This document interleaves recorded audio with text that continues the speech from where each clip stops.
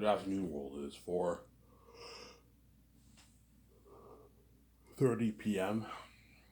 in the afternoon. I hope you guys enjoyed my video I made earlier this morning, where I talked for a good 45, 48 minutes, whatever it is.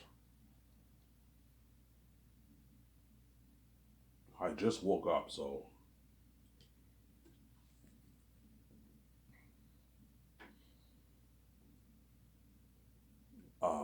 I made my fresh coffee.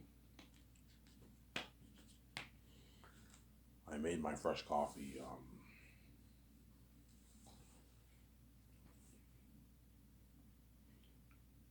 a few minutes ago. So in a good 5, 10 minutes, I'm gonna go upstairs and get my coffee. You guys are gonna have to wait. Don't like waiting. Skip the video. I'm just saying that. Make this video, then I'm gonna go take a shower, and I'm gonna go to the store and get my pack of smokes. You have enough for beer? I have enough for beer, but if I get beer today, I'm gonna end up waiting 2 days for my government check, which I don't want to do, obviously. Whereas if I get smokes today, I'll have enough for tomorrow, Monday, and then Tuesday I gotta only wait till midnight until I get my direct deposit. You guys care, right? Like until I get my government $76. Whereas my welfare check unfreezes Thursday midnight, but I get my government direct deposit check on the 5th, Wednesday, $76. So I'll get something for myself that day. I'll get slices, and I'll probably get my pack of smokes at midnight, and I'll give my younger stepbrother $10 for his birthday. We celebrated his birthday like a couple days ago. His 29th birthday, so yeah. Obviously.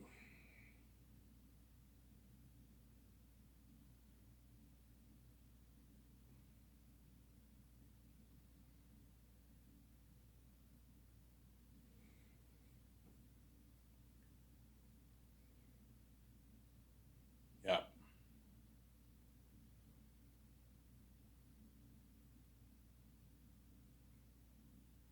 So I could talk about Sky Source or Zanus. I mean, I love talking about Zanus. Zanus is going to be in a movie based off my book that I wrote.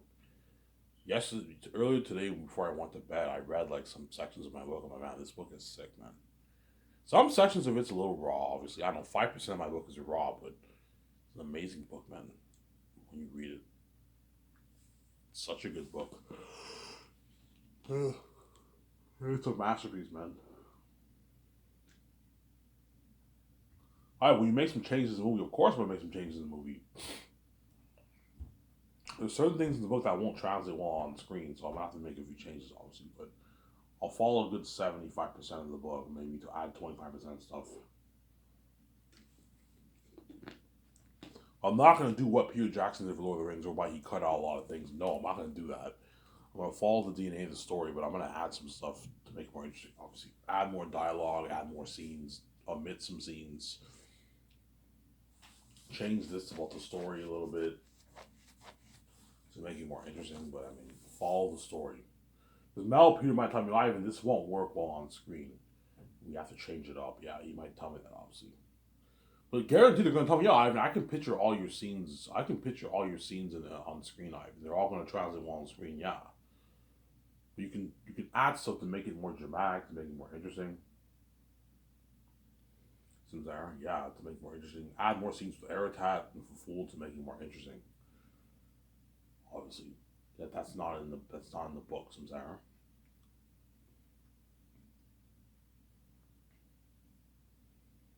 Yeah, I watched Mel and I watched Peter Jackson's interview.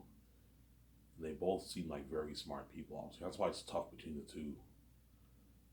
You hear Peter talking, he's using an accent of Zen.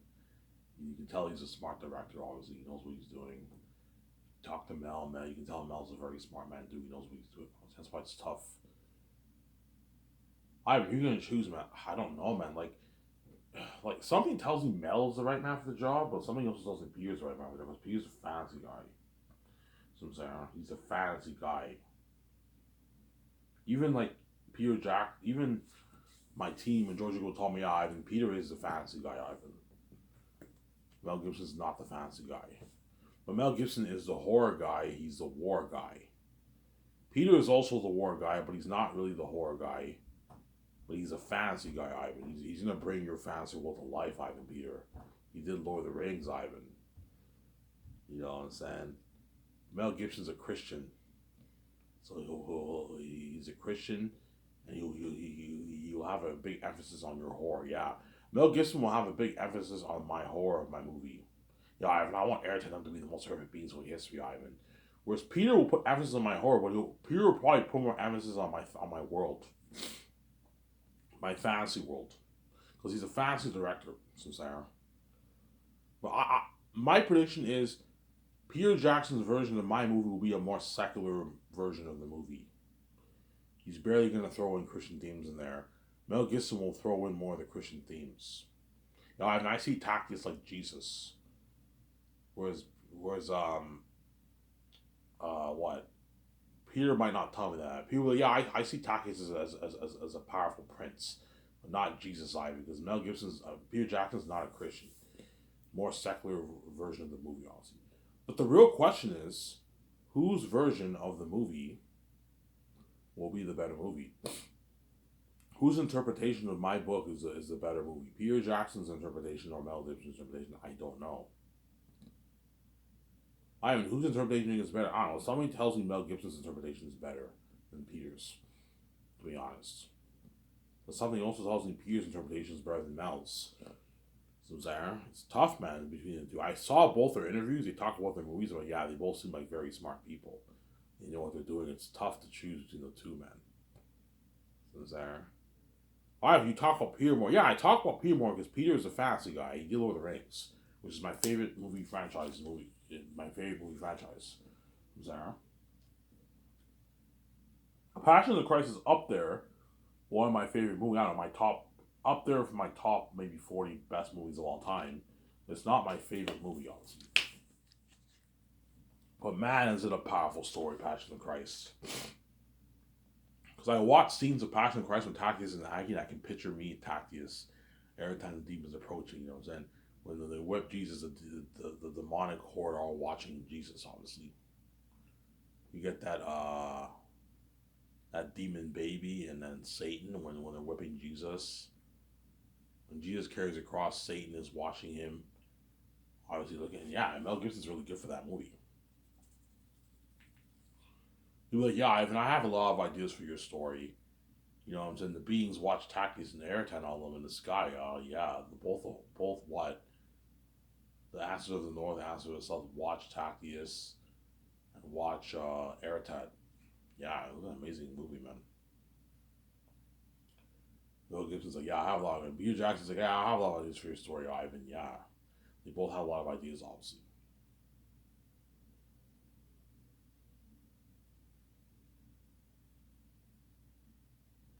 Hence why, um, hence why I'm going to have to what? I'm going to have to interview them, man, and test their creativity.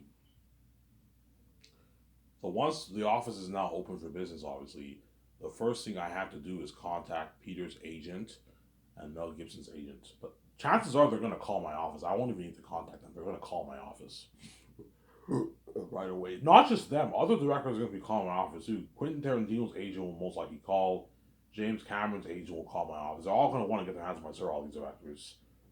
Martin Scorsese, Ridley Scott, they're all going to call my office. They all want out of Hollywood, man. Yeah, we know Ivan pays more in Hollywood. He's my ticket out of Hollywood. I want to be a part of that fame. I want to direct this movie, this $1,200,000,000 movie. I'm like, guys, you're not good for Zanus. James Cameron, I highly doubt he'll call my office though because he's working on his Avatar series, right? He won't even have time to do Zanus. James Cameron's locked on to do Avatar, like 3 more movies, I believe. Whereas Quentin Tarantino, I heard he's close to retiring. He's not doing much movies, so he might even call in. I want to direct a movie. I'm like, Quentin, even though you're one of the best directors in Hollywood, I don't think you're great for fantasy. You're not a fantasy director. Obviously, Christopher Nolan. might call him, his agent might call my office and say, yeah, even though Christopher Nolan, in my opinion, is the best director now, today, obviously. Really, I think Christopher Nolan is the best director in the modern times right now. Um, I think he's the best. He's a fucking genius, but he's not a fancy guy. That guy, he'd be good for The Great Escape. But I don't feel like what paying a big director a lot of money again. I'm sorry.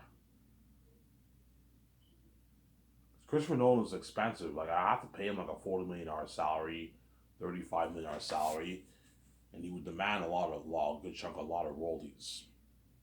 I'll give him maybe 115 million in royalties for the movie or something like that. Christopher Nolan, $120 million in the movie royalties, something like that for him. But I don't feel like giving a director a big deal like that. Something tells me he's not the right man for the reason. I think the John Wick director or the Casino Royale are the right directors for that movie. Obviously, Sarah, or the Matrix. If I use the name, but chances are I am doing the Gracie over the Matrix. Keanu Reeves already knows you can see the future. No, I can see the future. Yeah, he already knows I'm doing the Gracie for the Matrix. Michael B. Jordan already knows. They can see the future, obviously. I have the keys. Chances are I'm doing Great Escape over Matrix. I'm just being honest here. It's my piece, I'm sorry. Yeah, once the office is over business, Peter Jackson's agent and Mel Gibson's agent are gonna call my office, man. Even my George Lucas will tell me, Ivan, you don't need to give their agents a call. They'll find you. They're gonna contact you, obviously, because I'm when the engineers, whenever I design the so once the buildings are all built, obviously on my property, I have to now call up an engineer, a software engineer to design my computer software for my team to work with, obviously. And George will tell me, Ivan, these are all the agencies in Hollywood. Yeah, Ivan, I know all the agencies. Okay, George, how much agencies? Ivan, there's a good chunk of agencies in Hollywood. Okay, I want this company to be registered in that database, and they're registered in our database. I want that way when my secretaries put out ads, their agents know, or they see the ads, the casting call ads, all that stuff. All the information's there, and I want all the Hollywood working actors in my database, their name, their agency, and their agent's number. I don't want the actor's number. I want the actor's agent's number, the actor's agency. I need to know their agency. It's very important. That way, I'll know if this actor's a biggest actor or not. The chances of the actor's a biggest actor be signed with a lower ranked agency. With the bigger ones, the A-list actors are signed with the better agencies, obviously. That's why they're able to get them better work, obviously. And I want their agent's number. That way, if I choose an actor, my secretaries can now have the actor's information. They can call the actor's agent. Sarah, Ivan, do you have access to the Hollywood actor's agent's number? No, you don't have access. No. The Hollywood companies have access to it, but the independent companies don't have access to it. Because yeah, with my company, now that I started a film entertainment company, it's officially registered. I can now get the actors, all the Hollywood actors, I don't know, the 8,000 working actors, Hollywood information in my database, and then our information is in their database too. So when my secretaries put out ads or agencies, not just the actors, you also have directors, the directors' agents. You have to call too. The crewmen don't have agents. They're signed up to a union. So I'm gonna do a thing. Okay, I want all the unions that are in Hollywood, they're in my database too. That way, when I put out ads, the Hollywood crewmen know. So C-list crewmen do not have access to my ads. Only the Hollywood crewmen. I'm not hiring C-list crewmen. I'm sorry. That's how it's gonna work. And Peter Jackson and Mel Gibson's agent will call my office. Like the very day it's open for work, they're gonna call my office, obviously. So how's it gonna work? Okay, the first day of work is orientation. I'm gonna bring in my engineers. I'm gonna bring in my engineers. Early morning is board meetings. So me, VJ, and George Lucas. George will help me with it. George will help me with the board meetings. He'll help me with the board meetings, obviously. It'll be me, VJ, and George. We're gonna sit down with our 17 in my boardroom. We're gonna create a slide thing on my boardroom. By that a slide, or we write down on the board. I think it's better to do a slide, obviously, and we give them the sheets and the 4 year plan of Zanus. All the stuff that you're going to need to do during the 4 years, we give that to the 17, and we explain what they have to do. So I'm saying we talk about salaries, we talk about work, coming late to work, coming on time to work. Okay, make sure you always come at least 5 to 10 minutes early to work. Never come late. If you know you're going to be late, shoot me and my wife a text. Hence why that day I'm going to have to get all my 17s and phone numbers down. Phone numbers. That way, you need to get their numbers down, obviously. And whenever you know you're going to be late, just shoot me and my wife a text. Some Sarah.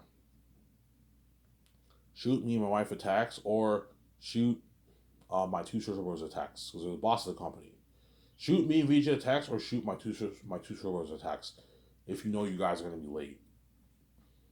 Alright, are you going to discuss salaries with them? No, because my 17 we're not going to sign the salaries. Only me and VJ will handle the salaries for the actors. Whereas I'll tell them the salaries for the crewmen. Okay, guys, this is a salary for the crewmen. Do not pay them any more. I'm going to tell my two short brothers, do not pay them any more than $150,000 salary. Do not pay them any less than $1,000. But there's exceptions. If we need more crewmen, double the amount, we have to cut their paycheck in half to $80,000, $75,000. You can pay them $50K 1 year, $25K another year. So you split their contract for the 2 years. You pay them $100K 1 year, the third year, and $50K the fourth year, where they can feed the families. The supervisors, don't pay them any more than $270,000, but try to pay them on average $220,000, $230,000 around there. That way you watch out. That way you create more room to pay more people. Sarah. 270 is rare. I'm barely gonna pay the crewman $270. You gotta be careful. But guys, $270,000, make that rare. Pay them on average $220,000, $200,000, $230,000. That way you save more room, save more money to pay more people their salary. The cinematographers and visual teams, I will handle. Me and VJ will handle those guys with Peter or Mel. Whereas you guys will handle the rest of the crewmen. This is how much you pay them. If I have 1,500 crewmen, which I will, I'll make it work with 1,500 people. I'll just give them more time to work. This is how much you pay them, guys. Listen to me. Do not pay a crewman any more than $150,000. Otherwise, you're going to be affecting the budget. The moment you pay everyone $170, you're going to drain the budget. Don't do that. Do not go any harder than $150,000. If the crewman's greedy and they want money, I'm like, look, man. Tell them, look, man. If you're not happy with $150,000, you're more than welcome to work in Hollywood and make it $35,000. It's a deal, Ivan. Yeah, give it a deal. You get your once-a-month parties. You get your luxury buffet all day, 3 times a day for 2 years. I'm paying you a $150,000 check. It's fucking nice. You guys are all going to walk away like $190,000, $80K in your bank after taxes. Last you for a year and a half. To feed your family for a year. It's a nice paycheck, man. People even tell me, Ivan, you're crazy, man. 150K is madness, man. Pay them 100K. That's enough. 50K 1 year, 50K the other year, Ivan. That's good enough, Ivan. You know what I'm saying? Because Ivan, you gotta watch out for your budget, man. 1,500 people pay the 150K, it's gonna cost you a couple $100 million. You gotta be careful, Ivan. But yeah, Peter, I have enough. I did the math, son.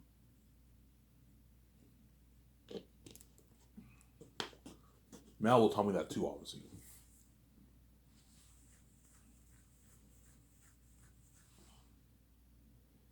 Sarah. So that's what we're gonna do the first day, and I order pizza for everyone. We eat lunch, whatever it is, and then my engineers are gonna spend all afternoon showing my 17, me and my wife, how the computer software works. Show the accountant how the payment system works. That way they all know. So first day, no one works. It's orientation day. That's how I want to work. The doc team will film this, obviously. and they have to, around like maybe 3 o'clock I end orientation. It only take the engineers like an hour and a half to show them how the secretaries and everything how the computer software works. They show me video how computer software works. Yeah. They're gonna build some super advanced computer software technology with a touchscreen.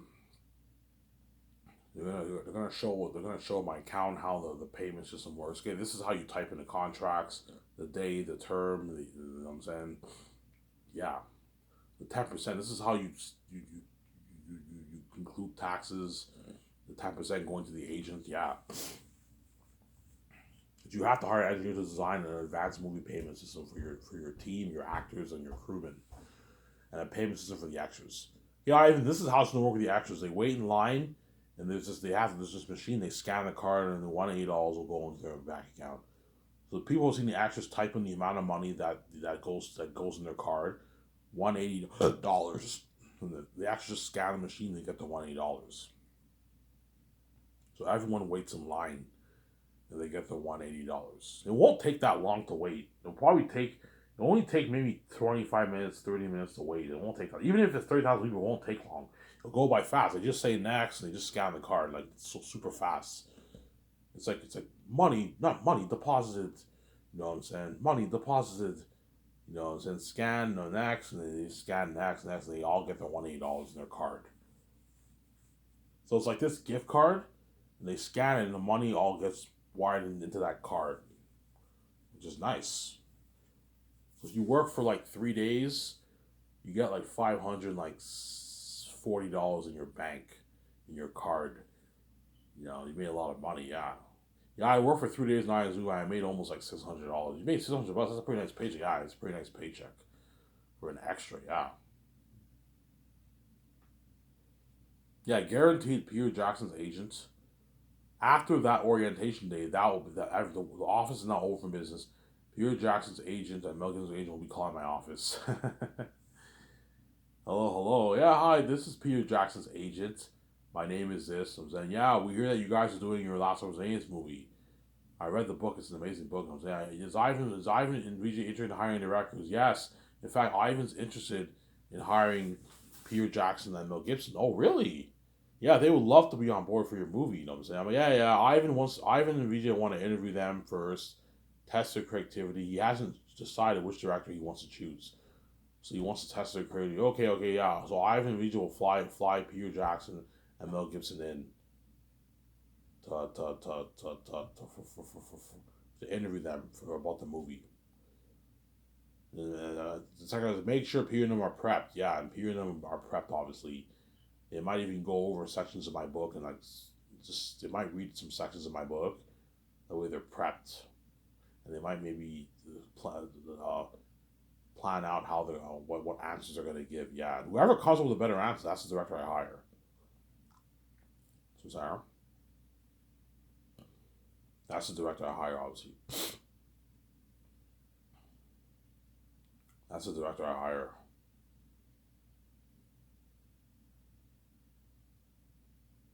Whoever comes with a better answer. Ask some questions about the North. Hey, what do you see the North looking like the South? You know what I'm saying? And Mel Gibson's like, I see it kind of like hell, Ivan. Hey, when you say hell, do you mean like it's completely like demonic and cursed? No, Ivan. It has some beauty, but it's not like the North. It's cursed. You know what I'm saying? And it's veiled by this mist. Because they saw my videos, I'm saying. Hey, do you see Eratet as a werewolf, a wolf on four legs, or like a hybrid? Like he's a wolf. He has animal features, but he also has human features.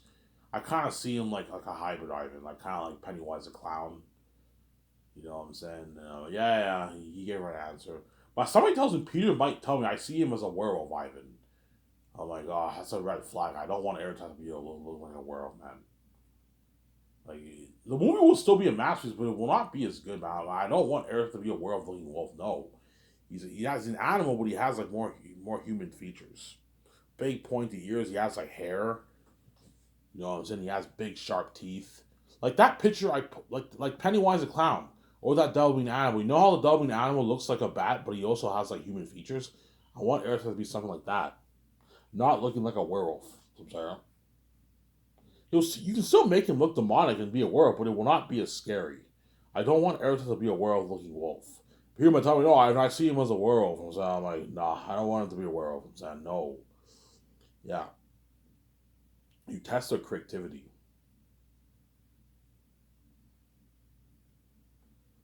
You test their creativity. Give me a sec, guys. I'm going to go upstairs and get my coffee.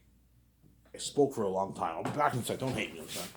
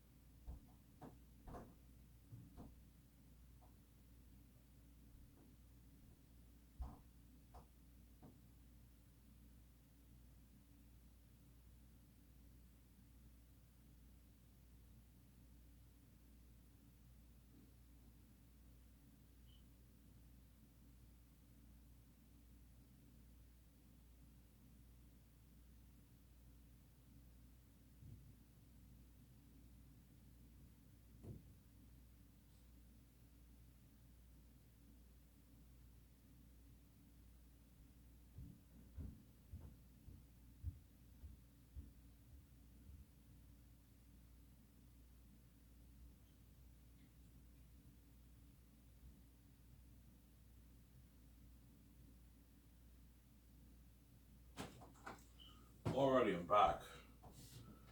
I went upstairs to get my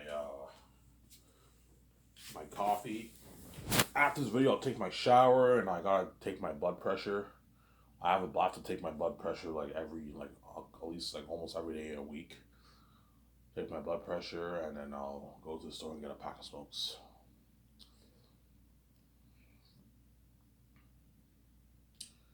Get a pack of smokes. I'll enjoy the video with you guys. And I'll watch some rabbit after, as usual, right?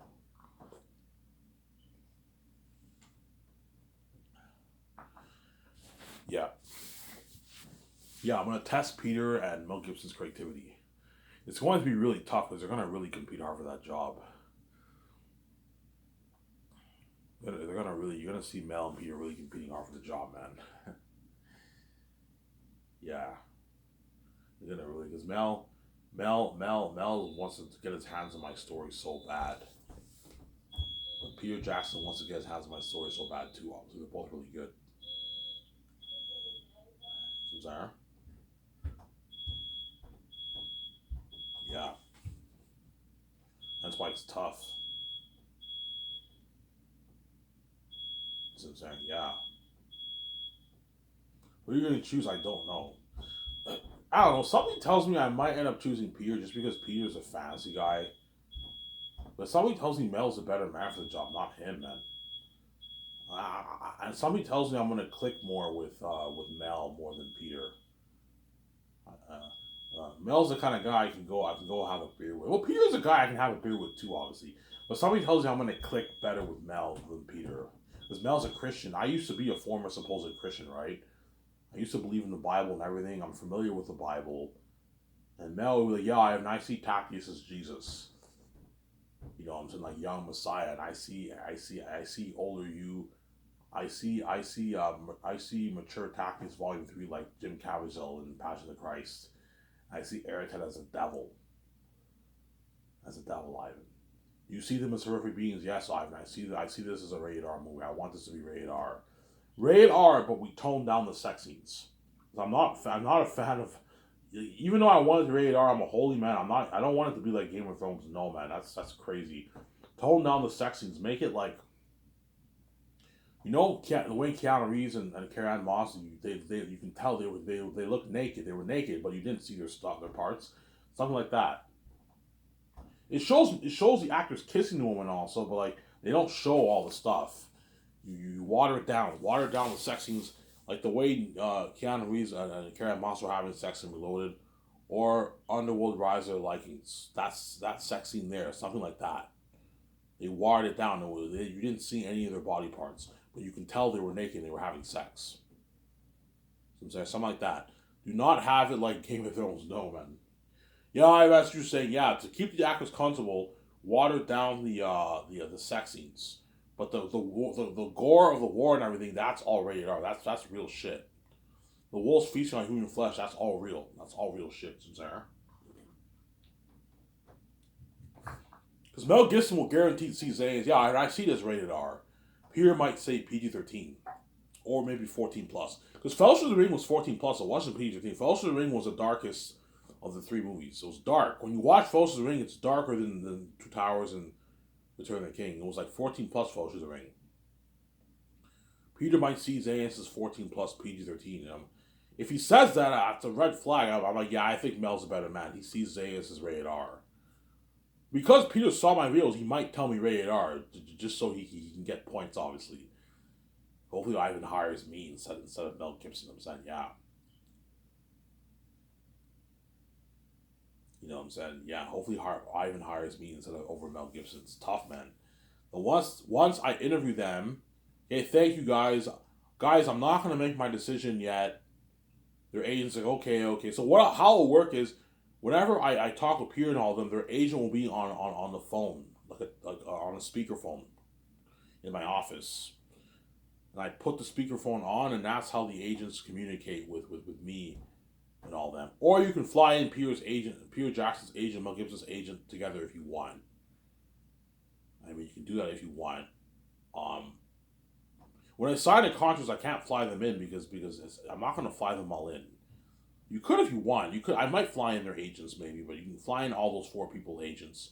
The actors' agents, I'm not going to fly them all in. There's not enough room. They have to. They have to be in. They have to be. It has to be like a teleconference thing. I'm Sarah. So how it's going to work is, whenever I fly in the stars second year, their agents have to give the actors their code too for their bank. Hey, I want you bringing in your code for the bank for your direct deposit, and the agent gives you his code. That way, whenever my account punches the information, the agent's information is in the system, in my payment system. They can get paid. They get their 10%. I'm sorry. So I'm here.